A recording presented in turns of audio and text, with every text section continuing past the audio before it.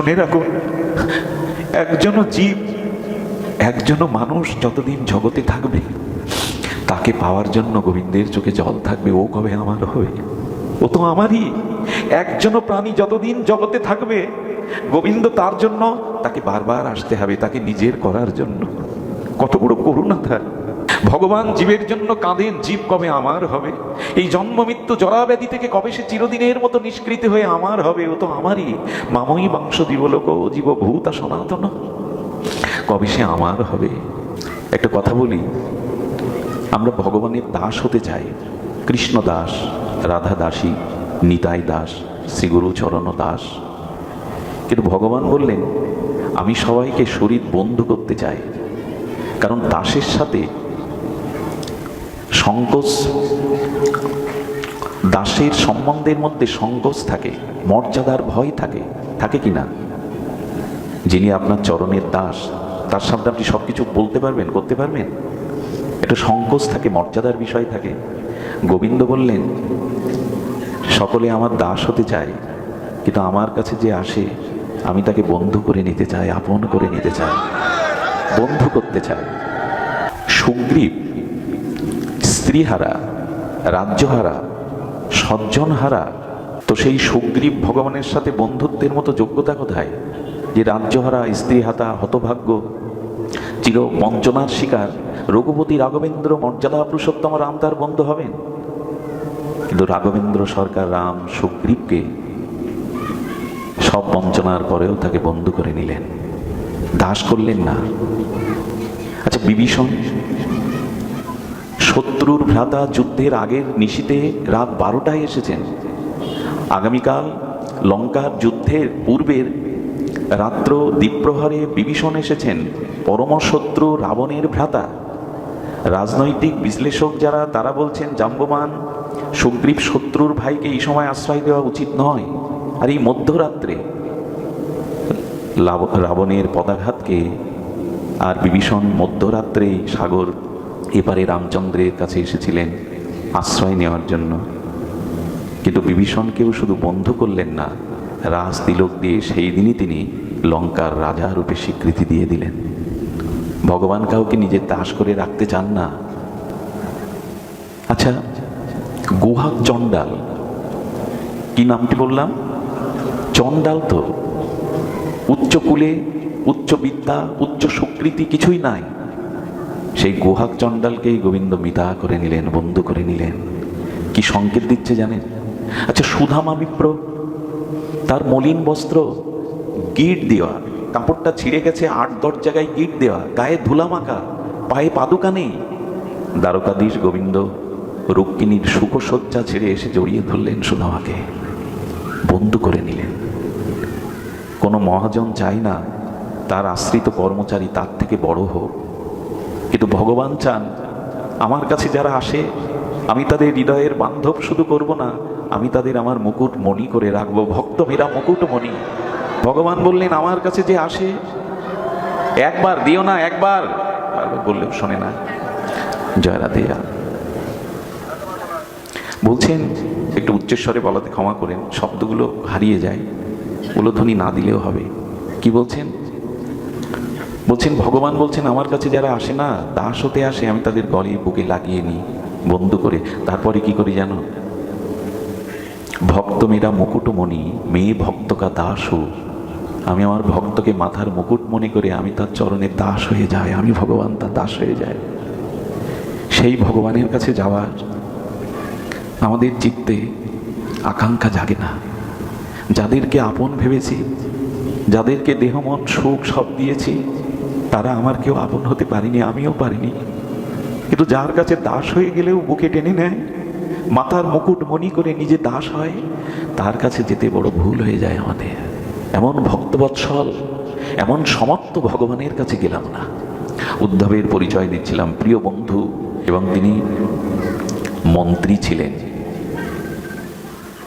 দ্বারকার তিনি বড় মন্ত্রী ছিলেন, বুদ্ধি সপ্তম, বৃহস্পতির শিষ্য, গোবিন্দের প্রিয় বাল্য বন্ধু।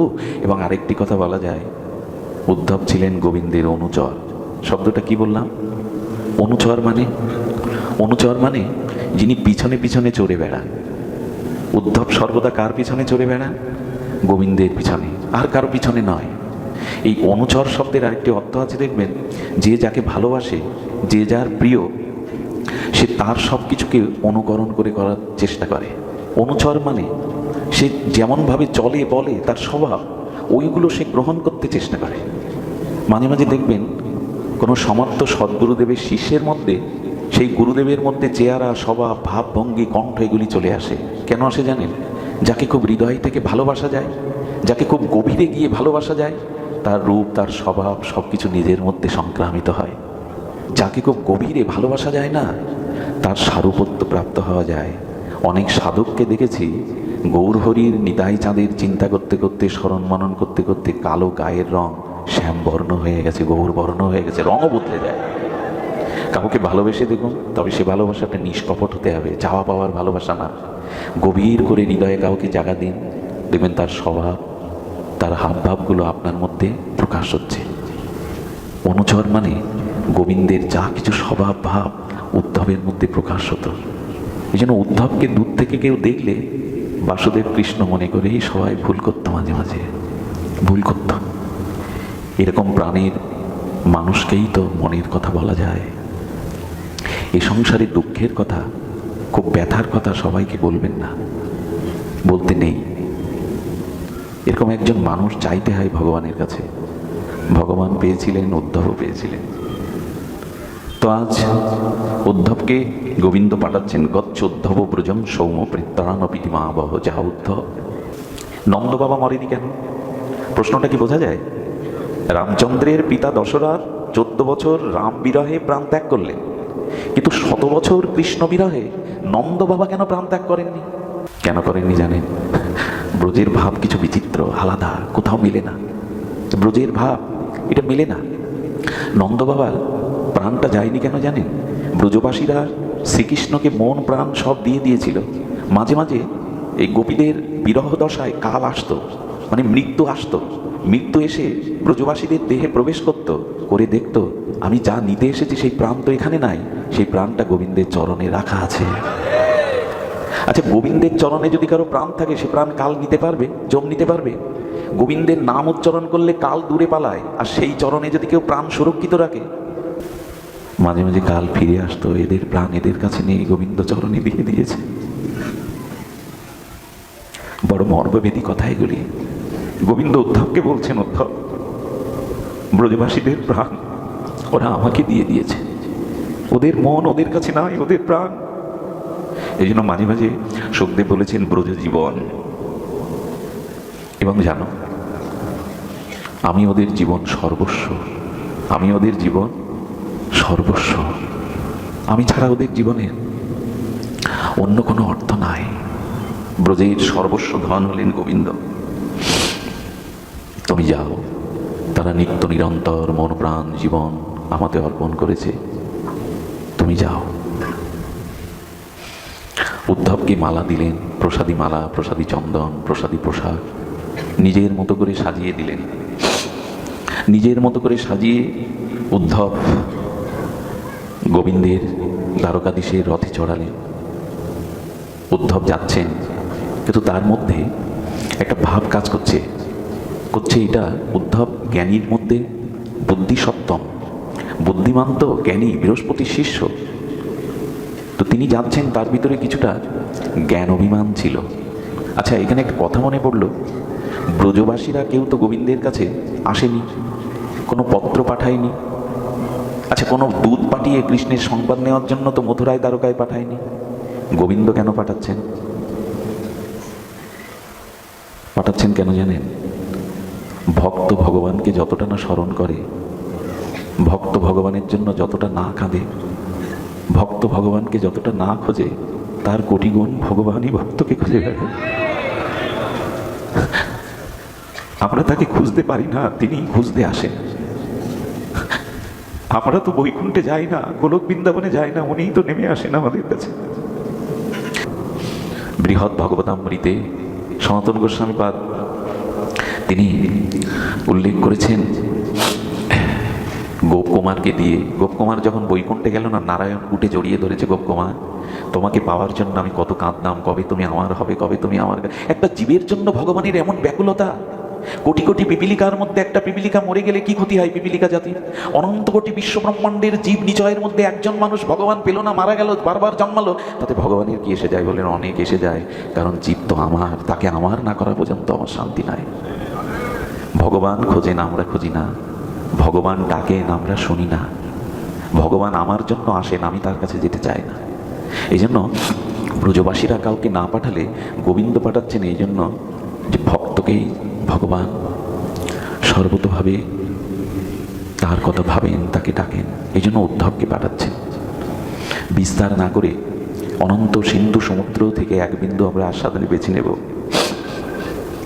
উদ্ধব এই ব্রজযাত্রা, এটি ভাগবতের একটি ব্যাপক আর তত্ত্ব মহিমা আস্বাদনে ভরা। আমার নেওয়ার ক্ষমতা নাই। ছোট একটা মাটির ঘট নিয়ে কেউ যদি কুয়োতে জল আনতে যায় না, তো এই সরল বুদ্ধি, অল্প বুদ্ধি মানুষটা মনে করছে কুয়ো ছোট তো তাই এক ঘটি দিল। আমি একটু পুকুরের কাছে যাই, পুকুরে গিয়েও বলছে পুকুর তো ছোট, ও এক ঘটি দিল। নদীর কাছে গিয়ে দেখছে নদীও এক ঘটি দিল। শেষে ভাবলো সাগর অনন্ত অসীম, সাগরের কাছে গেলে বেশি পাবো। সাগরে গেলেও দেখলো সেই এক ঘটি। সাগর তখন বলছেন আমার দেওয়ার ক্ষমতা আছে, তোমার নেওয়ার জন্য পাত্র তো ওই ঘটি। তুমি সাগরে যাও, কুয়োতে যাও, যাচ্ছ তো ওইটুকু পাত্র নিয়ে, তো যেমন পাত্র পাবে তো ততটুকু। তো এই উদ্ধব সন্দেশের যে অনন্ত সমুদ্র, আমার পাত্র তো ছোট্ট ঘটির মতো, কি নেব আমি? নেওয়ার নাই। তো উদ্ধব চলেছেন, ব্রজের পথে চলেছেন। যেতে যেতে সন্ধ্যা, গোধূলি নেমে এলো। আহা, একটু ধ্যান দিন, আমাকে কৃপা করুন, শক্তি সঞ্চার করুন, যেন ওই লীলা চিত্ত মানুষে আমরা দর্শন করতে পারি, ওখানে হারিয়ে যান। গোধূলি বেলায় আমাদের সাহিত্যিকরা বলেন, আমাদের ভাগবত আচার্যরা বলেন, গোধূলি বেলাটা একটা বিচিত্র ভাব বহন করে।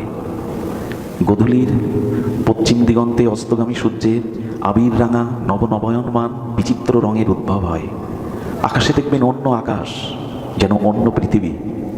এই সন্ধ্যার সময়, এই গোধূলি বেলায় উদ্ধব ব্রজে প্রবেশ করবে। তার প্রবেশের পূর্বে বর্ণনা দিচ্ছেন যে উদ্ধব ব্রজে প্রবেশের পূর্বে দেখছেন একটা বিরহের আবহ সঙ্গীত। আমার কি মনে হয় জানেন, যারা খুব বিরহীজন, যাদের ভিতরে প্রিয়জনকে হারাবনের একটা বিরহ যার ভিতরে রয়েছে না, এই সন্ধ্যা বা গোধূলি বেলা অজান্তেই তার বিরহের রাগ ভেতর থেকে উচ্চারিত হয় সন্ধ্যা নামলে। এটা আমি বোঝাতে পারবো না, যারা অনুভববেদ্য তারা বুঝতে পারবেন। বিরহীজনের সন্ধ্যা বা গোধূলি বেলাটা বিরহ জেগে ওঠে। ব্রজহারা ব্রজবাসীদের সেই বিরহের বাতাসটা অনুভব করলেন উদ্ধবজি। ওখানে যখন প্রবেশ করছেন ব্রজে, আচ্ছা উদ্ধবের সন্ধ্যা হয়ে গেল। বৃন্দাবন থেকে দ্বারকার মথুরার দূরত্ব খুব বেশি না, দ্বারকার দূরত্ব বেশি বটে, তবে উদ্ধবের পৌঁছাতে দেরি হলো তার একটি কারণ। ডক্টর মোহনব্রত ব্রহ্মচারী ভাগবত গঙ্গান্তরী তিনি লিখেছেন যে গোপীরা মথুরায় দধি বিকিনি করে আবার গোধূলি সন্ধ্যার আগে ব্রজে ফিরে আসতো, কিন্তু উদ্ধবের আসতে কেন সন্ধ্যা হয়ে গেল? তাও রথে পড়ে। পদব্রজে তো আসেননি, রথেই এসেছেন, স্বর্ণ রথে, শোভিত রথে। মহানামজি বলছেন, যারা প্রেমের রাজ্যে বাস করে, ভালো করে ধ্যান দিন, যারা ভজন রাজ্যে, অনুরাগের রাজ্যে, প্রেমরাজ্যের বাসিন্দা, তারা যদি বিষয় রাজ্যে কখনো যায় তবে দ্রুত আবার প্রেমরাজ্যে ফিরে আসতে পারে। কিন্তু যারা মাদিস বিষয় রাজ্যে বাস করে, বিষয় বাসনা যাদের ভিতরে প্রবল, এরা প্রেমরাজ্যে, ভক্তি রাজ্যে পৌঁছাতে এদের বড় দেরি হয়ে যায়, অনেক দেরি হয়ে যায়। প্রেমরাজ্য ভজন রাজ্যের যারা বাস করে, তারা যদি কোনো ক্রমে বিষয় প্রবেশ করে দ্রুত ফিরে আসে আবার। কিন্তু বিষয়ী জন প্রেমরাজ্যে যেতে তাদের, উদ্ধবকে বিষয়ী না, উদ্ধব জ্ঞান প্রধান আর ব্রজ হলো ভক্তি প্রধান। জ্ঞানীদের মাঝে মাঝে ভক্তি জগতে প্রবেশ করতে বড় দেরি হয়ে যায়। সরল না হলে ভক্তি জগতে প্রবেশে দেরি হয়ে যায়। খুব জ্ঞানীদের দেরি হয়ে যায়, ওরা বিচার করে তো, নেতি ন ইতি, এটা না, এই বিচার করতে করতেই জ্ঞানীদের জীবন চলে যায়। কেউ বা বৈদিক মন্ত্র উচ্চারণ করছে, কেউ বা হোমাগ্নিতে ঘৃতাহুতি দিয়ে বৈদিক মন্ত্র উচ্চারণ করছে, কেউ বা কৃষ্ণ গুণগানে ব্রজের নির্মল আকাশ বাতাসকে মুখরিত করছে, গাভীগুলো গোধূলির খুরের উত্থিত ধুলিতে ব্রজের সমস্ত আকাশ বাতাসকে একটা অন্যরকম শোভিত করছে। এমনই এক সন্ধিক্ষণে গোধূলি লগ্নে উদ্ধব প্রবেশ করছে ব্রজে।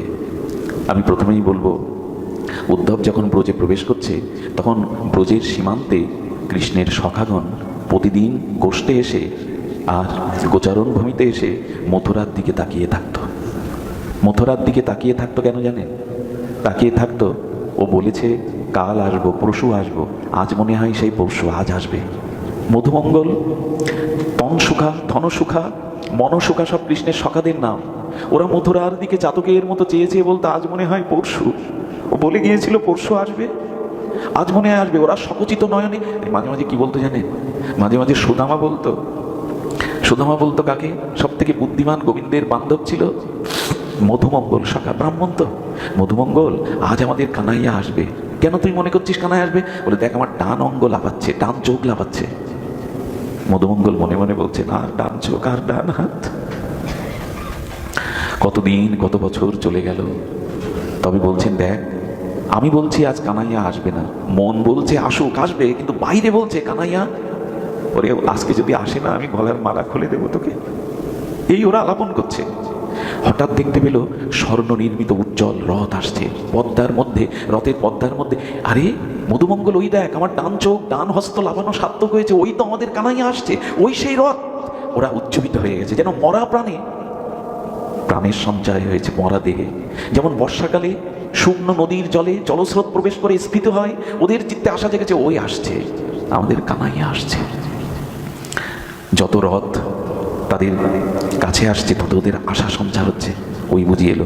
মধুমঙ্গল তখন বলছে শোন, আমরা কেউ রথের কাছে যাব না, রথ আমাদের কাছে আসবে, আমরা কৃষ্ণের মুখ না দেখে অন্যদিকে অভিমান করে ফিরে থাকবো, যাতে আমাদের অভিমান ভাঙায়।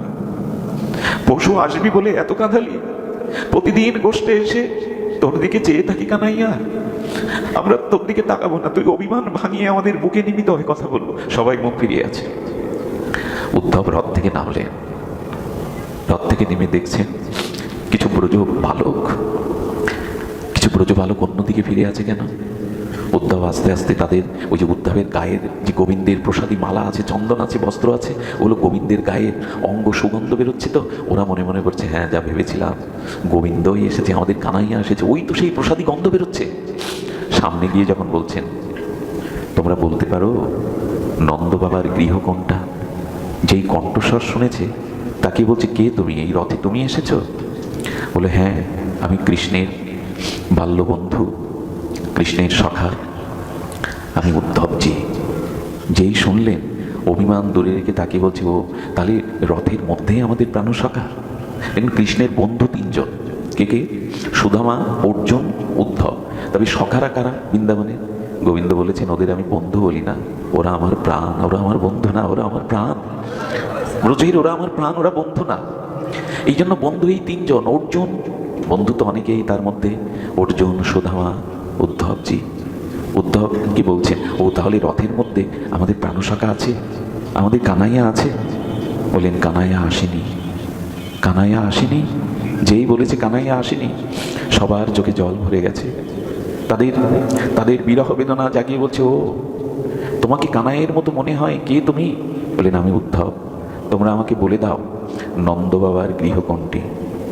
চোখের জল মুছে কি বললো জানেন? উদ্ধবজি নন্দ ভবনে যাবে, নন্দ মন্দিরে যাবে, সামনে এগিয়ে যাও, দেখবে একটা জলের ধারা এসে যমুনায় পড়েছে। ছোট ছোট এরকম বৃষ্টি হলে যেদিকে জল গড়িয়ে যায় একটা ধারা তৈরি হয় না, নালা তৈরি হয়। বলে ওই নালার জলটা যেদিক দিয়ে আসছে স্রোত, ওই নালার তীরবর্তী পাদদেশ দিয়ে হেঁটে হেঁটে নালার উৎস যেখানে, যেখান থেকে ওই জলের নালা সৃষ্টি হয়েছে, ওটাই নন্দল। পিস্কারের মতো কাঁদতেন মহাপ্রভু। সতীজন, উদ্ধব সেই জলের স্রোতধারা তীরবর্তী যেতে যেতে যেখানে উৎস সেই নন্দ মন্দিরে উপস্থিত হলেন। আমাদের কিছুটা শুরু হচ্ছে এবার, মানে কি উদ্ধব সংবাদের এই মহান আর অনুভববেদ্য সেই স্মৃতিগুলো। যদি আপনারা করুণা করেন, কৃপা করেন, আশীর্বাদ করেন, শুভদৃষ্টি দেন, হয়তো ভাগবত স্বপ্রকাশ ধর্মী প্রকাশ হয়ে হয়তো আস্বাদন দিতে পারে। উদ্ধব নন্দ মন্দিরের দুয়ারে যখন উপস্থিত হলেন, তখন নন্দ বাবা দেখছেন কৃষ্ণের মতোই, আমার কানাইয়ের মতো কে যেন দুয়ারে এসেছে। তার অঙ্গগন্ধ, তার পোশাক পরিচ্ছেদের গন্ধ থেকে কানাইয়ের গন্ধ বেরোচ্ছে। নন্দ বাবা এগিয়ে এলেন। নন্দ বাবা এগিয়ে কি করছেন? নন্দ বাবা এগিয়ে তাকে সম্ভাষণ করলেন, আসুন আসুন। নন্দ মন্দিরে প্রবেশ করলেন। নন্দ মন্দিরে একটা কথা বলি, নন্দ মন্দিরে প্রবেশ করে প্রথমে বসালেন তাকে।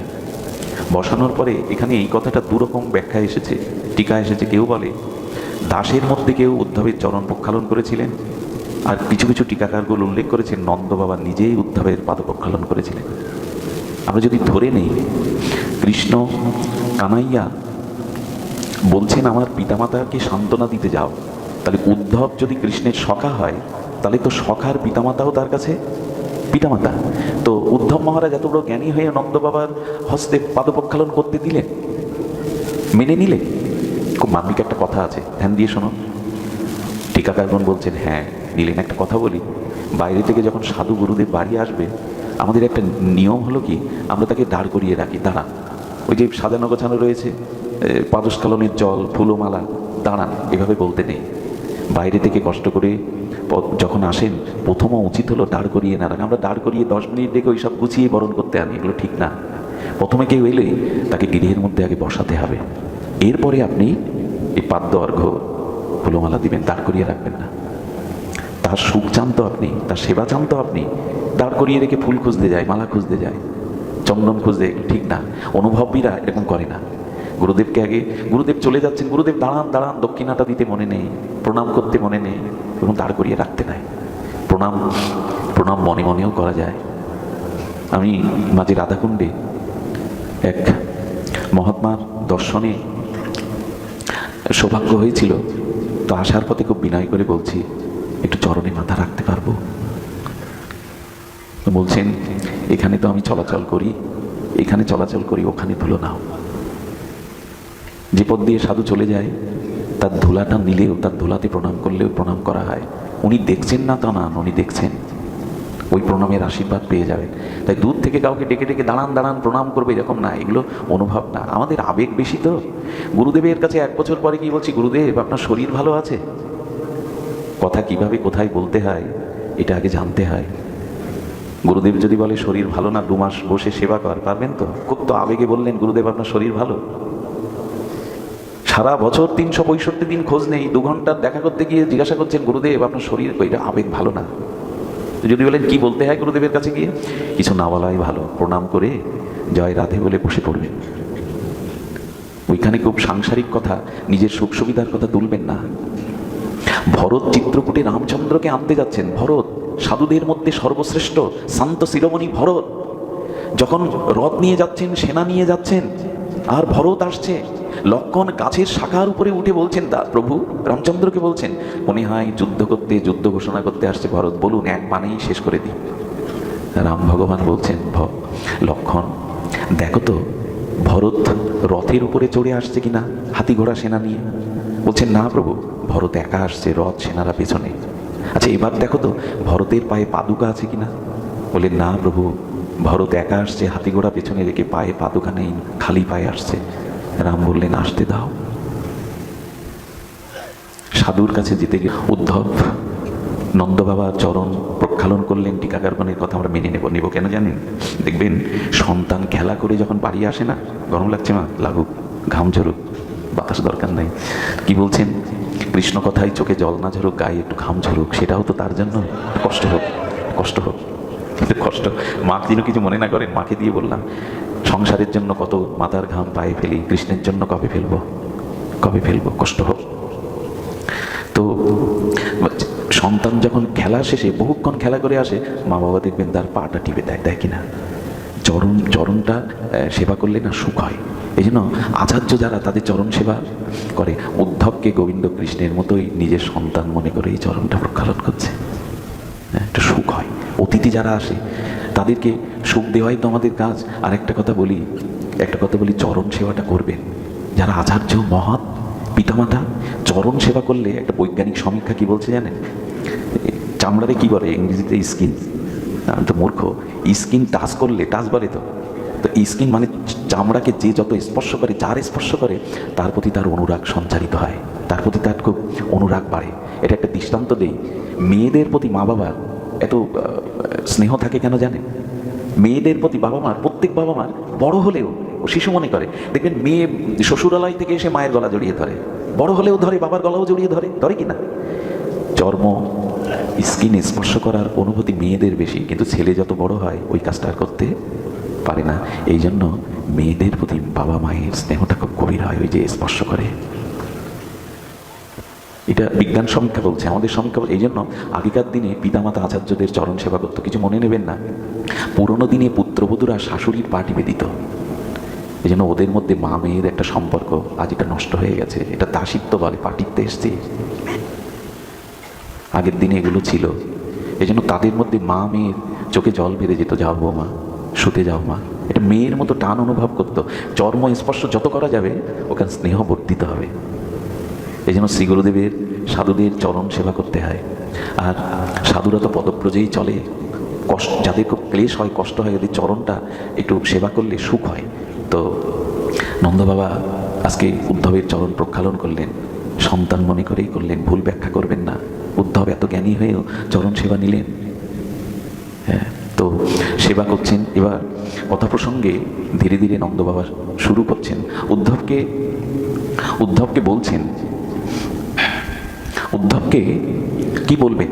প্রথমে তাকে পাদস্খলন করিয়ে শয্যায় বসিয়ে এবার তো তাকে দেখুন, একবারও কিন্তু কৃষ্ণের প্রসঙ্গ তুলছেন না। একটু ধ্যান দিন। অতিথি বাড়ি এলে, দূরের থেকে কেউ এলে প্রথমে তার কাছে যাবতীয় রাজ্যের সংবাদ দেবেন না। আগে তাকে বিশ্রাম দিন, আগে তাকে শান্তি দিন। এরপরে কি করেছে জানেন? এরপরে এক ব্রাহ্মণ আলাই থেকে পরমান্ন এনে ওকে সেবা দিয়েছে। নন্দ বাবা রাজা, নবলক্ষ ধেনু, তার ঘরে অন্ন নাই। শুনছো তো মায়েরা, ওনার ঘরে অন্ন নাই। যেদিন থেকে কৃষ্ণ ব্রজ ছেড়ে চলে গেছে সেদিন থেকে যশোদা মা আর উনানের ধারে যাননি। তারা রান্না করতেন না। উদ্ধব দেখেছিলেন যশোমতীর রন্ধনশালার উনানে মাকড়সার জাল পড়ে গেছে। আচ্ছা, উনানে মাকড়সার জাল পড়ে কখন? ওখানে যখন অগ্নি প্রজ্বলন আর করা হয় না। এরই বলে ভালোবাসা, কি বলে অনুরাগ। ওই যে ব্রাহ্মণ আলাই থেকে একটু পরমান্ন কেউ দিয়ে যেত, নন্দ বাবা যশোদা মা ঘর থেকে বেরোতো না, একটু করে কেউ দিয়ে যেত। ওই ব্রাহ্মণ আলাই থেকে এনে নন্দ বাবা উদ্ধবকে একটু পরমান্ন দিলেন। উদ্ধবের চোখের কোণে তখন জল ভরে গেছে, রান্না করে না। উদ্ধব ধীরে ধীরে অনুভব করছে যে এদের কৃষ্ণপ্রীতি কোথায়, এদের কৃষ্ণপ্রীতির গভীরতা। উদ্ধব ধীরে ধীরে অনুভবের রাজ্যে প্রবেশ করছে যে এদের কতটা প্রীতি। আর ওদিকে যশোদা দূরে বসে আছেন, ঘোমটাটা আছে, যেন অন্ধ নয়নে নীরবে নিভৃতে চোখের জল করছে। জিজ্ঞাসা করছেন, বসুদেব ভালো আছেন তো? দেবকী ভালো আছেন তো মথুরায়? দেখুন, আগে ওদের খবর নিচ্ছে, কৃষ্ণের খবর নিচ্ছে না। বসুদেব বড় কষ্ট পেয়েছে। আমার পিতার দুটি বিবাহ, আর আমার পিতার নাম সুর। বসুদেব আমারই, তোমরা আমাদেরই জন। নিজজন পরিচয় দিচ্ছেন, পূর্ব পরিচয়। বসুদেব কত কষ্ট পেয়েছে, দেবকী কত কষ্ট পেয়েছে, তারা ভালো আছে তো? এরপর আমি বললেন, সেই পাপীটা মারা গেছে শুনেছি। পাপী মানে কংসের কথা বলছেন। আচ্ছা, সাধুর মুখ দিয়ে পাপী শব্দটা উচ্চারণ হয় না। সাধু যিনি, তিনি অন্যকে কখনো পাপী বলে গালি দিতে পারেন না। তা আজকে নন্দ বাবা পাপী বলছেন কেন কংসকে? কংসকে পাপী বলছেন এই জন্য যে পাপী মারা গেছে। ইনি বললেন কেন জানেন? যে কংস পাপী বললেন এই কারণে, নন্দ বাবা বিশ্বাস করেন না, আজও করেন না, আমার কানাই হত্যা করতে পারে, কাউকে মারতে পারে। আমার কানাই কংসকে মারিনি। পাপ কথাটা উচ্চারণ করলেন, এই পাপ শব্দটার আবিধানিক সরলত্ব হলো যার দ্বারা পতন আসে তার নাম পাপ, যার দ্বারা মানুষের পতন হয় তার নাম পাপ। আমার কানাই এত কোমল, সে কাউকে মারতে পারে না। পাপী বললেন এই কারণে যে ভগবত বিদ্বেষী তাকে পাপী বলা হয় না, যে ভক্ত বিদ্বেষী তাকে পাপী বলা হয়। যে ভক্তকে বিদ্বেষ করে সে মহাপাপী। তো উনি বলছেন, উনি ভক্তদের অনেক কষ্ট দিয়েছেন। তো বলছেন পাপী মারা গেছে মানে, তো নন্দ বাবা আপনি বিশ্বাস করেন না? নন্দ বাবার মনে তার অভিব্যক্তি হলো, কংস তার পাপেই মারা গেছে, আমার কৃষ্ণ কাউকে মারতে পারে না, পাপের দ্বারাই তার পতন হয়েছে। কথাটি কিন্তু শাস্ত্রীয়। মানুষের পতন তখনই হয় জীবনে যখন পাপ বেড়ে যায়। বোঝা গেল কি? পাপ শব্দের অর্থ করলাম কি মহাজন করেছেন? পাপ মানে যার দ্বারা জীবের পতন হয়। এই জন্য পুণ্যও যেমন আমরা চাই না, ভক্তি চাই, পাপও যেন চাই না। পাপ পুণ্য দুটোই নয়, তোমার ভজন চাই। তো এই জন্য পাপের দ্বারাই কংস নিহত। এই কথা বলতে বলতে হঠাৎ হৃদয়ে শত উৎসাহিত প্রতিকূলতা, নদীর জল স্রোত যেমন বাধা পেলে স্ফুত হতে হতে বাঁধ ভেঙে শত সহস্র উচ্চধারায় ভেসে যায়, হঠাৎ বললেন, আমার কৃষ্ণের তার মায়ের কথা মনে নেই। কৃষ্ণ বলছেন কেন জানেন? এখানে তিনটে নাম ব্যবহার করেছেন, খুব ধ্যান দিয়ে শুনবেন। কৃষ্ণ বলছেন, কৃষ্ণ মানে কর্ষতি, কৃষ্ণ মানে যার সমস্ত জীবকে আকর্ষণ করে, তারই নাম কৃষ্ণ। এই জন্য বলছেন, আমার কানাইয়ে তার মা যশোদার কথা মনে পড়ে না। এই শুরু করলেন, এই প্রথমে কৃষ্ণের কথা মনে এসে বলছেন, প্রথম বলছেন তার মায়ের কথা মনে পড়ে না। জানো উদ্ধব, নন্দ বাবার চোখে জল ভরে গেছে। সেই জল ভরা নয়নে বলতে শুরু করেছে, জানো উদ্ধব, একটু রেগে গিয়ে ননি চুরি করবার জন্য যশোদা বেঁধেছিল। দামোদর দামোদর অর্থাৎ কৃষ্ণের উদরকে হস্ত দিয়ে দড়ি দিয়ে বেঁধেছিল। তারপরে জানো, যেদিন থেকে বেঁধেছিল সেই দিন থেকে যশোদা গোপালকে আঁচলে ঘুমানোর পরে ওখানে ঘি প্রলেপ দিয়ে বলে, খুব লেগেছিল না কানায়? যতদিন ব্রজে ছিল ততদিন শয়নের আগে ওইখানটা ঘির প্রলেপ দিত কানায়।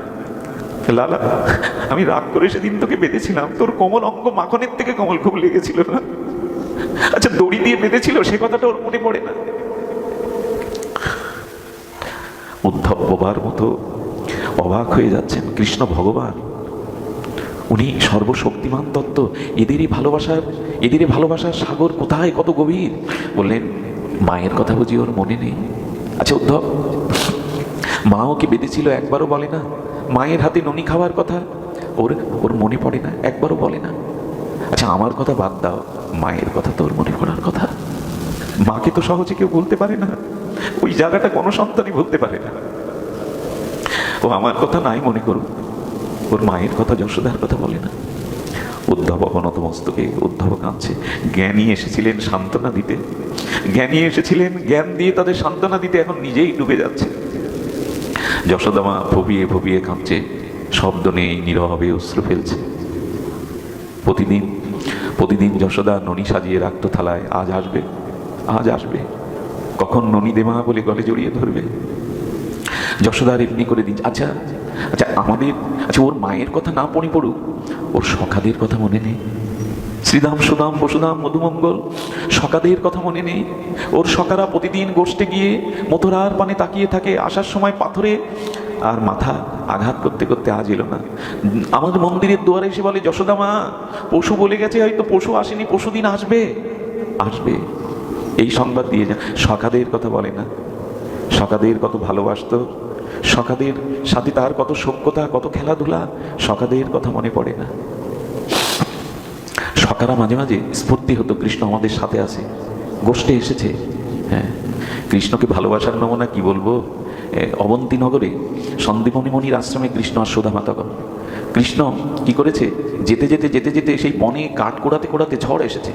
ঝড় এসে যখন প্রবল বৃষ্টিপাত, ঝড়, গাছগাছালি ভেঙে পড়ছে, তখন সুদামা বলছে, কানাই তুই শুয়ে পড়, কানাই তুই মাটিতে শুয়ে পড়। কেন রে? শুয়ে পড় না কানাই। কানাই যখন শুয়ে পড়েছে, তখন সুদামা করেছে কি, কানাইয়ের শরীরের উপরে ঢাকা দিয়েও শুয়ে পড়েছে। সুদামা, আমার শরীরের উপরে এবারে শুয়ে পড়লি যে? ওরে কানাই, ডালপালা ভেঙে পড়ে আমার বুকে পড়ুক, যেন তোর বুকে পড়ে না। বলুন তো কি ভালোবাসা। সখাদের কথা ওর মনে পড়ে না? একবার ওর মন চাই না সখাদের দেখবার জন্য? সখারা তো ওর প্রাণ। উদ্ধবের উত্তর নাই, উত্তর একটাই। উদ্ধব চিন্তা করছে, এই ভালোবাসা কোটি জ্ঞানী হলেও, কোটি যুগ তপস্যা করলেও এই ভালোবাসা আসবে না। উনি শুনছেন, কৃষ্ণও কম যান না। যেন একদিন সুদামা যেতে যেতে সুদামার পায়ে কাঁটা বিঁধে গেল। সুদামার কাঁটাটা কৃষ্ণ বলছে, দেখ আমি নখাগ্র দিয়ে তুলে দিই। নখ দিয়ে তুলতে গেলে নখটা তো বেশি ধার। বললেন, না, নখ দিয়ে তোলা যাবে না, একটু পাটা একটু উঁচু করত। সুদামার চরণটা মুখে নিয়ে দাঁত দিয়ে বের করলেন, কাঁটাটা চুম্বন করে দিলেন। খেলায় হেরে গিয়েছে। সুবল বলছে, কানাই, ব্রজের খেলা বিনোদনও বড় বিচিত্র। কৃষ্ণ এক গর্তের মধ্যে 11টা পাতা রেখেছে। বললেন, এই পাতার মধ্যে একটি পাতা ছিন্নপত্র, ছেঁড়া, ছিদ্র। ওই পাতাটা তুলতে গিয়ে যার ভাগ্যে পড়বে সে আজ খেলায় হেরে যাবে। আর যারা জিতে যাবে তাদের স্কন্ধে করে ওই যমুনা পুলিনে আর তমাল বৃক্ষের তলে তাকে কাঁধে করে নিয়ে যাবে। সব সখারা গিয়ে গর্তে হাত দেওয়ার আগে কানাইয়ের দিকে তাকাচ্ছে। কানাই বলে গর্তে হাত দিচ্ছে কেন জানেন? ওরা জানে কানাইয়ের দিকে চেয়ে কানাইয়ের নাম করে যা করা যায় তাতে জিত হয়। ওরা কানাইয়ের নাম করে পাতা তুললো, পড়বে না 11 নম্বর ছেঁড়া পাতাটা গোবিন্দের ভাগ্যেই পড়ে গেল। ভগবান ব্রজে হেরে যান, পরাজয় স্বীকার করেন। এই পরাজয় মানে কিন্তু আমাদের জগতে পরাজয় না, পরাজয় শব্দটার অর্থ করেছেন আমাদের পরা মানে শ্রেষ্ঠ, আর জয় মানে জয়, শ্রেষ্ঠ জয়।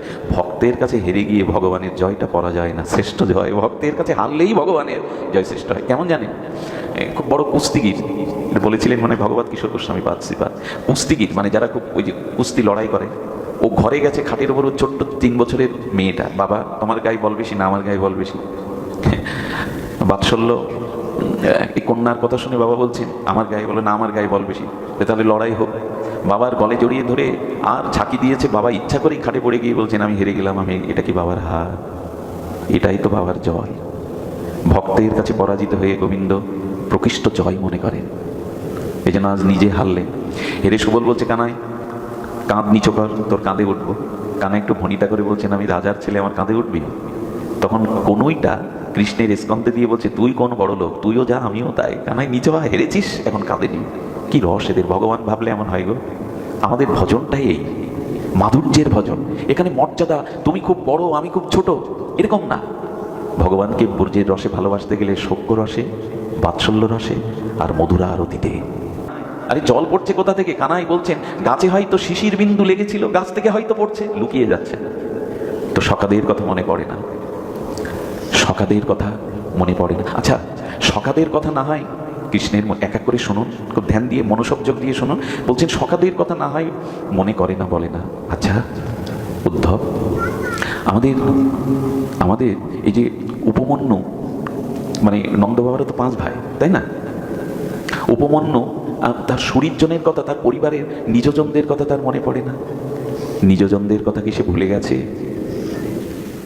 কত তাকে ভালোবাসত। একদিন একটা লীলা দেখুন, যশোদা মায়ের কাছে তো নালিশ, তো উপমন্যুর ঘরে মানে জ্যাঠা জেঠিমার ঘরে কৃষ্ণ ননি চুরি করতে ঢুকেছে। চুরি করতে গিয়ে আর জ্যাঠাইমা তখন হাত ধরিয়েই ধরেছে, যে যশোদা তো বিশ্বাস করে না, নালিশ করলে বিশ্বাস করে না, গোবিন্দের হাত ধরেছে, বলে আজকে হাতে নাতে প্রমাণ করে তুলে দেবো যে তুই চোর, তুই ননি চোর। আমি গতকাল এই আস্বাদনটা দিয়েছিলাম, গোবিন্দ ননি চুরি করছেন কেন? চোর, তার চুরি তত্ত্বটি, চুরি লীলাটি কিরূপ? আচ্ছা চুরি কাকে বলে এটা আগে জানতে হবে। অন্যের দ্রব্য তাকে না জানিয়ে নেওয়ার নামই হলো, আচ্ছা নিজের বস্তু নিজে নিলে কি চুরি হয়? আমার জামাটা ঘর থেকে আমি নিলাম, এটা কি চুরি বলে? এখন গোবিন্দকে ননি চোর কেন বলছেন? এই অনন্ত বিশ্বব্রহ্মাণ্ডে যা কিছু সৃষ্টি তা গোবিন্দের না কার? তো তার বস্তু যদি তিনি নেন তাকে চোর বলা যাবে? তো এই অনন্ত বিশ্বব্রহ্মাণ্ডের অনুপরমাণু তো সব আমার গোবিন্দেরই, তার বস্তু তিনি নিলে তাকে চোর হবেন কেন?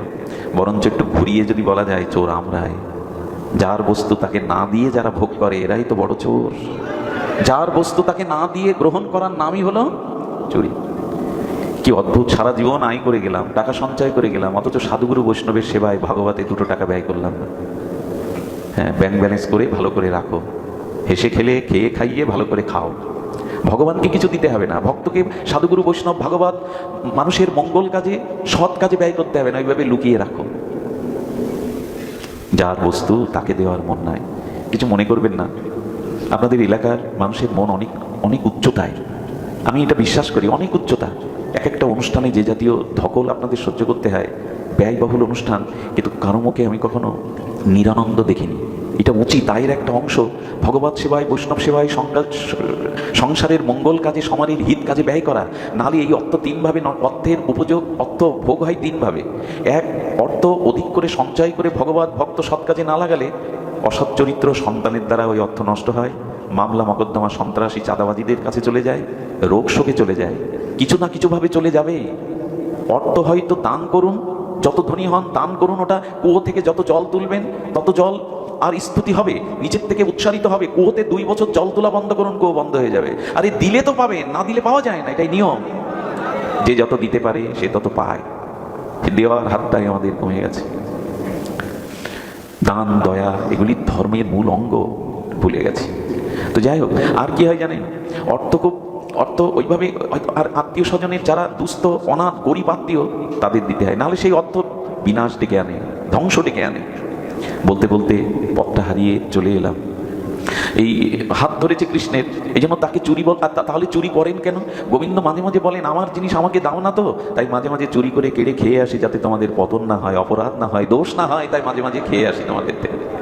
শুধু ভক্তগণ এই জন্য হাত ধরেছে, জ্যাঠাইমা ছেড়ে দাও বলছি। গোবিন্দ একটু রাশভারী করে কানাই বলছে, কৃষ্ণ বলছে জ্যাঠাইমা ফল ভালো হবে না, ছেড়ে দাও বলছি। বললো ছেড়ে দেবো। যশোদা তো বিশ্বাসই করে না, আজ হাতে নাতে ধরেছি, বলে ছেড়ে দাও বলছি, হিতে বিপরীত হবে। বলে যা হয় হোক। হ্যাঁ, যেতে যেতে করেছে কি, ওরা তো ঘোমটা দিত, সঙ্গে সঙ্গে কৃষ্ণ কি করেছে জানেন, পেছন থেকে অভিমন্যু জ্যাঠাইমার যে ছেলে ছিল তাকে ডেকেছে, চতুর চূড়ামণি করেছে কি, নিজের হাত ছেড়ে দিয়ে ওর হাত ধরিয়ে দিয়েছে, ঘোমটা পরা। যেই না যশোদাকে গিয়ে আর নালিশের উচ্ছিলায় হুঙ্কার দিয়ে বলছে, তুই তো বিশ্বাস করিস না, এই দেখ হাতে নাতে আজকে চোর ধরেছে। কৃষ্ণ চতুর চূড়ামণি কি করেছে জানেন, এই কথার পাকে মা যশোদার পেছনে গিয়ে আড়ালে দাঁড়িয়েছে, বলে এই দেখ হাতে নাতে প্রমাণ। যেই কাপড়টা সরিয়েছে সঙ্গে সঙ্গে দেখে নিজের ছেলে। যশোদা বললেন, বা দিদি বা, হ্যাঁ আমার কানাইকে চুরির বদনাম না দিলে তোমাদের শান্তি হয় না। নিজের ছেলের হাত ধরে এসে এখন ওকে তো সেই পিটাতে যাবে, যেই পিটাতে যাবে কানাই আবার ডেকে নিয়ে বলছে, দেখ পরে ননি ভাগ দেবো, এইটুকু অন্তত আমার কারণে সহ্য কর, পরে ননির ভাগ দেবো। জ্যাঠাইমা যখন রাগদে মাগদে কটমট করে যাচ্ছে তখন বলছে, বলেছিলাম না হিতে বিপরীত হবে। আর একটা কথা শোনো, আজকে হাত ধরেছে, আজকে তো ছেলের মুখ দেখিয়েছি, আগামী দিনে হাত ধরলে স্বামীর মুখ দেখিয়ে দেবো। আমাকে ধরতে এসো। এই আনন্দের কথা ওর মনে নেই, ওর শরীর যারা, পরিবারের যারা, তাদের কথা মনে নেই। উদ্ধবের ভাষা নেই, উদ্ধব হারিয়ে যাচ্ছে ওদের বিরহ শোকে, ওদের প্রেমে। এরপরে বললেন, আচ্ছা উদ্ধব, এদের কথা না মনে পড়ুক, এদের কথা না মনে পড়ুক, বৃন্দাবনের কথা ওর মনে নেই। এই বৃন্দাবনটা কি জানেন, গোবিন্দর আর রাধারানীর হৃদয়। বৃন্দাবন হলো কিশোরীজির, রাধারানীর হৃদয়। হৃদয় কি কেউ ভুলে থাকতে পারে, ছেড়ে থাকতে পারে? আচ্ছা, বৃন্দাবনের কথা ওর মনে নেই, ব্রজ বৃন্দাবনের কথাও বলে না। উদ্ধব যেন মনে মনে বলছেন, মথুরার চিলেকোঠায় উঠে ব্রজের দিকে তাকিয়ে গোবিন্দ ফপিয়ে ফপিয়ে কাঁদে। রাতে ব্রজবাসীদের কথা মনে করে বিছানায় বালিশ ভিজিয়ে দেয়, স্বপ্নেতে গোপী গোপী বলে রাধা রাধা বলে কেঁদে ওঠে গোবিন্দ। উদ্ধব মুখে বলতে পারছে না, অনুভূতিটা তো উদ্ধবের জানা আছে, উদ্ধবকে বলতেন কৃষ্ণ। তখন বলছেন, আচ্ছা কৃষ্ণ বারবার বলছেন কেন? কৃষ্ণ মানে কর্ষতে যিনি আকর্ষণ করেন, তা কৃষ্ণকে ব্রজ আকর্ষণ করে না? বৃন্দাবনের কথা তার মনে নেই। এই ধুলা খেলা, এই গোষ্ঠচারণ, এই গোষ্ঠলীলা, সকাশনে খেলা, ওর মনে পড়ে না বৃন্দাবনের কথা? একটা কথা বলি, যারা একবার ব্রজে গেছেন, আমি মনে করি ব্রজের কথা তারা আর জীবনে মন থেকে ভুলতে পারবেন না। যারা ব্রজের ধুলি একবার মেখেছেন না, যমুনার নীল জলে একবার অবগাহন করেছেন, বারবার আনবে আপনাদের। একবার যাবেন, রাধারানীকে বিজ্ঞপ্তি নিবেদনটা করে রাখবেন চরণে, করুণাময়ী একবার হলেও তোমার ব্রজে নিও। ঠাকুর মশাই, হরি হরি কবে হবে সে সুদি, কবে যমুনার জল, কবে নিকুঞ্জ মন্দিরে হা রাধানাথ বলে তোমায় ডাকবো, কবে শীতল বংশী বটে বসবো, কবে নয়ন ভরে গিরি গোবর্ধন পরিক্রমা করব। এই মনে, এই তো না বউ ছেলে মেয়ে বেড়াবার জায়গা না। বৃন্দাবনে হলো মনোযাত্রা, দেহের যাত্রা বৃন্দাবনে যাওয়া যায় না। দেহের যাত্রা সুন্দরবনে যাওয়া যায়, বৃন্দাবনে যেতে গেলে মনোযাত্রা। এই জন্য বৃন্দাবনে যদি এখন নাও যেতে পারেন, মনে মনে রাধারানীকে নিবেদন আবেদন জানিয়ে রেখে মনে মনেও ব্রজবাস করবেন। এই রাধাকুণ্ড, এই শ্যামকুণ্ড, এই গিরি গোবর্ধন মনে মনেও ব্রজবাস করবেন। এখানে বসেই ব্রজে বাস করলে ব্রজবাসে রাধারানীর করুণা দৃষ্টি পড়বে আপনার দিকে। ব্রজকে ভোলা যায় না। রাধাকুণ্ড তট হতে যারা চলে আসে না, তাদের প্রাণ ছেড়ে যায়। হে করুণাময়ী, আবার কবে ব্রজ দর্শন হবে? উদ্ধব তো কয়েকটা দিন থাকবে বলে 10টা মাস কাটিয়ে দিল উদ্ধব। ব্রজের থেকে আর আসতে মন চায় না। যদি বলেন সে ব্রজ নাই, কথা বলা ঠিক নয়। ব্রজই আছে, আমাদের নয়ন বদলে গেছে। একবার ব্রজের নিবেদন করে রাখবেন, হে ঠাকুরানী, হে প্রেমময়ী ব্রজেশ্বরী, একবার দেহটা ব্রজে নিও, একবার দেহটা ব্রজে নিও। এই ব্রজবাস মনে মনেও গৃহে থেকে করতে হবে। মনে মনে হরিনাম করতে করতে রাধাকুণ্ডের তটে চলে যান, বংশী বটে চলে যান, নীল যমুনার তীরে চলে যান, গিরিরাজ গোবর্ধন দর্শন করুন। হরিনাম করতে করতে এই ব্রজের চিন্তা করলে না, হরিনাম খুব মনোনিবেশ হবে, গাঢ় প্রেম ভক্তির আবেশ আসবে। লীলা চিন্তা করতে করতে, ব্রজ নবদ্বীপ চিন্তা, ধাম চিন্তা করতে করতে, লীলা চিন্তা করতে করতে হরিনাম, হরিনাম। অনেকেই বলে হাতে কাম মুখে নাম, ভালো। এই অভ্যাসটা যদি করতে পারেন ভালো, তবে এর থেকে বেশি ভালো হাতে কাম করছেন আর মুখে নাম করছেন, কিন্তু মন যদি বিষয়ে ঘুরে বেড়ায়। এই জন্য হাতে কাম মুখে নাম ভালো, আরো ভালো হাতে কাম আর মনে যদি ভগবানের লীলা চিন্তন হয়, সেটাই সর্বে সর্বা, সেটাই শ্রেষ্ঠ। মনটাকে নিয়ে যেতে হবে ওখানে, মনটাকে নিয়ে যেতে হবে। বলে চলেছেন বৃন্দাবনের কথা তার মনে নাই, বৃন্দাবনের কথা কি ভুলে গেছে? আচ্ছা, এদের কথা বাদ দাও, গাভীর কথা তার মনে পড়ে না। তার ছোট ছোট বৎসের কথা, গাভীর কথা মনে পড়ে না? জানো উদ্ধব, গাভীগুলো আজও মথুরার পানে তাকিয়ে হাম্বা হাম্বা বলে কাঁদে। ওদের মুখের সামনে তৃণ ঘাস পড়ে থাকলে ওরা মুখে তোলে না, ওরা মথুরার দিকে তাকিয়ে হাম্বা হাম্বা হবে। গাভীগুলো মাঝে মাঝে মায়ের দুধ টেনে বৎসগুলো খায় না। আমার কি মনে হয় জানেন, গাভীগুলোর তো বিবেক নেই, বিবেকহীন প্রেম ওদের। কৃষ্ণকে ভালোবেসে বিবেক নেই কেন জানেন? কৃষ্ণ পেছনে যায় আর গাভীগুলো আগে যায়। ওদের যদি বিবেক থাকতো তাহলে কৃষ্ণ এর আগে যেতে পারতো। গাভীদের বিবেক নেই, কিন্তু প্রেম দেখুন কৃষ্ণের প্রতি। কৃষ্ণ হারায় মুখে আর খায় না, তৃণ নিতে ভুলে গেছে, আর মথুরার দিকে তাকিয়ে হাম্বা হাম্বা রবে, শুধু চোখের জল ফেলে। গাভীগুলোর এই আটটি দেখে তারা হাম্বা হাম্বা রবে। গাভীগুলো মাঝে মাঝে কৃষ্ণকে কি সেবা দিতে, কথাটা বলতে গেলে আমি বড় দুর্বল হয়ে যাই, কণ্ঠকে যেন চেপে ধরে। একদিন গোবিন্দ শ্রান্ত ক্লান্ত হয়ে শরতের সেই একটু তপ্ত রৌদ্রে শ্রান্ত হয়ে একটা বটবৃক্ষের ছায় গোবিন্দ বিশ্রাম নিয়েছেন। শ্যামলী ধবলী গাভীগুলো এসে কৃষ্ণের অঙ্গগন্ধ শুকছে। আহা, আমাদের রাখালিয়ার, আমাদের কানাইয়ের অঙ্গে গন্ধ, কত মধুরতা, কত মধুরতা। যখন ওগুলো শুকছে তখন হঠাৎ করে শ্যামলী বলছে, ওরে গোবিন্দের পায়ে কত ধুলা লেগে আছে, আয়না আমরা চরণটা মুছিয়ে দিই। আচ্ছা, গাভীগুলোর তো হাত নেই, যে হাত দিয়ে গোবিন্দের চরণের ধুলোগুলো মুছে দেবে, চরণ সেবা করবে। তখন শ্যামলী বলছেন কি ধবলীকে, ওরে ধবলী রে আয়, আমরা জিহ্বা দিয়ে দিয়ে গোবিন্দের চরণের ধুলাগুলো মুছে দিই। ধবলী তখন বলছে, না, সম্ভব নয়। ওদের মধ্যে অনুভূতির দ্বারা এই কথোপকথন হচ্ছে। আমাদের জিহ্বা তৃণ খেতে খেতে, ঘাস খেতে খেতে না ধারালো হয়ে গেছে। গোবিন্দের চরণ কমল অঙ্গে যে ব্যথা লাগবে, এই জিহ্বা দিয়ে চরণ লেহন করলে ব্যথা লাগবে। কিছু কিছু গাভী কি করেছে জানেন? কানাই, আমাদের তো হাত দাওনি, আমাদের হাতে তো ময়ূর পুচ্ছের পাখা চামড় নেই, তাই ওরা ওদের লেজ দিয়ে, পুচ্ছ দিয়ে গোবিন্দের গায়ে বাতাস দিচ্ছে। আর শ্যামলী বললেন, উপায় একটা আছে রে, আমাদের জিহ্বার উপরিভাগটা তৃণ খেতে খেতে বড় কঠোর হয়ে গেছে, ধারালো হয়ে গেছে, কিন্তু জিহ্বার উল্টো দিকটা, বিপরীত দিকটা বড় কমল। আয় আমরা জীবের বিপরীত দিক দিয়ে গোবিন্দের চরণ কমলকে সেবা করি। এবং এই সেবা দিতে দিতে গোবিন্দকে যখন পিচ্ছ দিয়ে বাতাস দিচ্ছে চরণ, তখন গাভীগুলোর চোখের জলে একটা প্রার্থনা জানিয়েছিল। প্রার্থনাটা কি জানেন? গোবিন্দ, যদি আবার জন্ম দাও তবে মানুষ করে দিই, যেন তোমার সেবা করতে পারে। এই জন্য হিন্দুর ঘরে গাভীমা মারা গেলে অনেক মাকে দেখি ধান দূর্বা দিয়ে বিদায় দেয়, আসিস মানুষ হয়ে এসে সেবা করিস। ওদের দুধগুলো গোবিন্দের অভিষেকে লাগে, ওদের মাখন না হলে, ঘৃত না হলে হোম হয় না। ওরা চামড়াটা দিয়ে খোল ঢোল তৈরি করে মন্দিরে আরতি হয়। ওদের সব অঙ্গগুলোই ভগবানের সেবায়, দুগ্ধ না হলে, হব্যকর্ম বৈদিক কোনো হোমযজ্ঞ ঘৃত না হলে হবে না। গোবিন্দের আজও প্রিয় মাখন। চামড়াটাও খোল করে দিয়ে গেল, ঢোল করে দিয়ে গেল, তবুও বলল, সব দিলাম গোবিন্দ, নিবেদনেই মানুষ করে পাঠিও, যাতে তোমার সেবা করতে পারি, তোমার আরাধনা করতে পারি। আর সেই জন্ম পেয়েও ভুলে আছি ভগবত সেবা, সেই মনুষ্য জন্ম পেয়েও, বিবেক পেয়েও, বিচার পেয়েও ভুলে আছি ভগবানকে।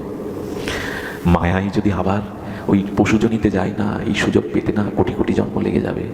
এই জন্ম হারিয়ে বসলে আর সহজে পাওয়া যাবে না, আবার কত কোটি কল লেগে যাবে, কবে মানুষ হব। সময় নাই, সময় খুব সংকীর্ণ হয়ে আসছে জীবনে।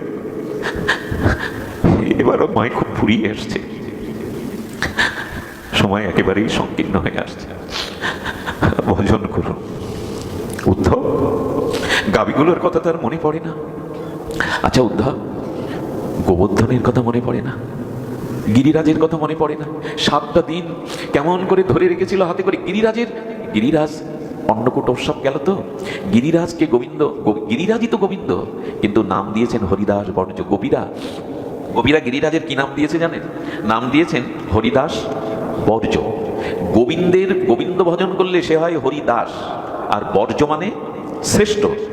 গোবিন্দের সাথে সাথে যদি কেউ ভক্তের ভজনা করে, তখনই সে হরিদাস বর্জ হয়ে যায়, শ্রেষ্ঠ হয়ে যায়। বোঝা গেল না? ভগবানের অর্চন করলে, সেবা করলে সে গোবিন্দের দাস হয়, হরিদাস হয়। কিন্তু হরিদাস বর্জ তখনই হয় যখন ভগবানের সাথে সাথে কেউ ভক্তের সেবা করে, তখনই সে শ্রেষ্ঠ হয়। শুধু ভগবানের সেবা করলেই সে শ্রেষ্ঠত্ব পায় না। এই জন্য গিরিগোবর্ধন কি করেছে জানেন? রাম কানাই পদকমল প্রমোদম, অর্থাৎ কৃষ্ণকে গিরিরাজ নিজেই অভিন্ন কৃষ্ণ স্বরূপ, আবার সেবক হয়ে সেবা করছেন। গোবিন্দ যখন গিরিরাজের উপরে ওঠে না, তখন দুর্বা ঘাসগুলো এলিয়ে দেয়, তোমার চরণে যেন ব্যথা না লাগে, তোমার চরণে যেন ব্যথা না লাগে। গিরিরাজের উপরে তো আমরা উঠতে পারি না, ব্রজবাসীরা ওঠে। শুনলে অবাক হবেন, গিরিরাজের উপরে অনেক জায়গায় গোবিন্দের চরণ চিহ্ন, বলদেবের চরণ চিহ্ন এবং গোবিন্দের কমল হস্ত করপলবের চিহ্ন আছে আঁকা। কেন জানেন? যখন গোবিন্দ চরণ রাখতো তখন গিরিরাজ মনে করতো গোবিন্দের চরণ তো কোমল, আমি যদি কঠোর হই চরণে ব্যথা লাগবে, এই জন্য নবনীতের মতো গলে যেত গিরিরাজ যাতে গোবিন্দের চরণে সুখ হয়। ওই সময় সাপটা পড়ে গেছে আজও। একবার একজন পরিক্রমা দিচ্ছেন, পরিক্রমা দিতে দিতে কি বলবো, গিরিরাজের ওপর থেকে একটা পাথর, পাথর তো নয় সাক্ষাৎ গিরিরাজ, নিচে নেমে এলো সামনে। ও তুলে কি দেখলো জানেন? রাধারানীর চরণ চিহ্ন ওর উপরে। গিরিরাজ কি করতো জানেন? গোবিন্দের যখন জল তৃষ্ণা লাগতো তখন ঝর্ণার ঝরো ঝরো ঝর্ণা ধারা দিয়ে গোবিন্দকে জল পান করাতো। আমরা পারি তো? এরকম ভাবনা আমাদের আছে তো সেবার। আর কি করতো জানেন? যখন বর্ষা নামতো গোবিন্দ বেণুধ্বনি করবে তখন গিরিরাজ একটা গুহার মধ্যে জায়গা দেখিয়ে দিত, এর মধ্যেই বসে বাঁশি বাজাও বাঁশুরিয়া। যখন সখীদের সাথে রাধামাধব মিলিত হতো তখন রাধামাধব একান্তকে মাধুর্যের একান্ত সেবার জন্য গিরি গুহার মধ্যে জায়গা করে দিত। গিরিরাজ রাধামাধব যুগলে এখানে থাকো, কেউ তোমাদের দেখবে না। মনে পড়ে না উদ্ধব? আমার কৃষ্ণের মনে পড়ে না? পরে বলছেন মাধব, এই মাধব নামটা সুরভি, গোবিন্দ নামটা পরে বলছেন গোবিন্দ নামটা রেখেছিলেন সুরভিমা গাভীরা। তো বলছেন এই সুরভি গাভীদের নিয়ে গোবিন্দ চলে বেড়াতো, তার গিরিগোবর্ধনের কথা মনে নেই, একবারও গিরিরাজের কথা তার স্মরণে আসে না। এমন বলতে বলতে বলতে বলতে রাত যখন ভোরে এলো, আমার পাটও যখন বিশ্রামের সময় এলো, তখন অন্তিম কথা শুনুন, বিশ্রাম কথা শুনুন। এটা মাস বছর ব্যাপী শুনলেও তো এর বিন্দুতে সিন্ধুতে বিন্দু আস্বাদন হবে না। উদ্ধব হঠাৎ একটু সান্ত্বনার জন্য বলে বসেছে, খুব ধ্যান দিন। উদ্ধব বলে বসেছে, বাবা ঘরের মধ্যে আবদ্ধ থাকলে এই ঘরে তার স্মৃতি জড়ানো আছে। আপনারা এই ঘরের মধ্যে থেকে থেকে তার স্মৃতি আপনাদের কাঁদায়, এত কাঁদেন কেন? কৃষ্ণ ভগবান বাসুদেব সর্বময়, তার স্থিতি সর্বজীবের হৃদয়ে তিনি বাস করেন, কেন কাঁদছেন? তিনি ভগবান। যেই বলেছে নন্দবাবা বলেছেন, উদ্ধব তুমি অর্বাচীন বালকের মতো কেন কথা বলছো? এতক্ষণ পর নন্দবাবা বলছেন, তুমি মনে করেছিলাম কৃষ্ণের পাশে থেকে তোমার বুদ্ধি খুলেছে। হ্যাঁ, তবে শোনো উদ্ধব, জগতের কান্না দুই প্রকার। মানুষ যখন কামনা বাসনা রোগ শোকে সংসারের জন্য কাঁদে তখন তাকে সান্ত্বনা দিতে হয়, কেঁদো না, কোনো কিছুর অস্তিত্ব চিরদিন থাকে না, তুমি কেঁদো না। সাংসারিক বিষয়ে যদি বিষয়ের ক্রন্দন কেউ করে তাকে সবাই গিয়ে বলে আর কাঁদতে নেই, এটা হয়, এটা সংসারের নিয়ম। কিন্তু কৃষ্ণ বলে যদি কেউ কাঁদে উদ্ধব, কখনো যেন তাকে বলো না আর কেঁদো না, বরঞ্চ জড়িয়ে ধরে বলবে আরো কাঁদো, কৃষ্ণ বলে আরো কাঁদো। ভগবানের জন্য কান্না যারা থামায় এরা মূর্খ। দেখবেন এখানে বসে যারা চোখে জল ফেলছেন, পাশে যে আছে না সে তাকে জড়িয়ে ধরে আরো কান্নাটা বাড়িয়ে দিচ্ছে। ভগবানের জন্য কান্না থামিও না, যত পারো কাঁদো গো। এই কান্নায় অনেক হালকা হয়, অনেক জন্মের পাপময় জঞ্জাল স্তূপ সরে যায়। কাঁদো গো, ভগবানের জন্য কান্নাটার মধ্যে যে আনন্দ আছে সংসারে অন্য আনন্দ তার কাছে তুচ্ছ। তবে আমার আসে না জল। আমি এক মহাত্মাকে জিজ্ঞাসা করেছিলাম, কেন কান্না পাই না বলতে পারো? বলেছিল, বহু জন্মের অপরাধ যদি জমাট বাঁধা থাকে, কৃষ্ণ বললে তার চোখে জল আসতে চায় না গো। এহেন কৃষ্ণ নামে প্রেম না হয় অঙ্কুর, জানিও দেহে আছে অপরাধ প্রচুর। তবে সবার কান্না সমান নয়।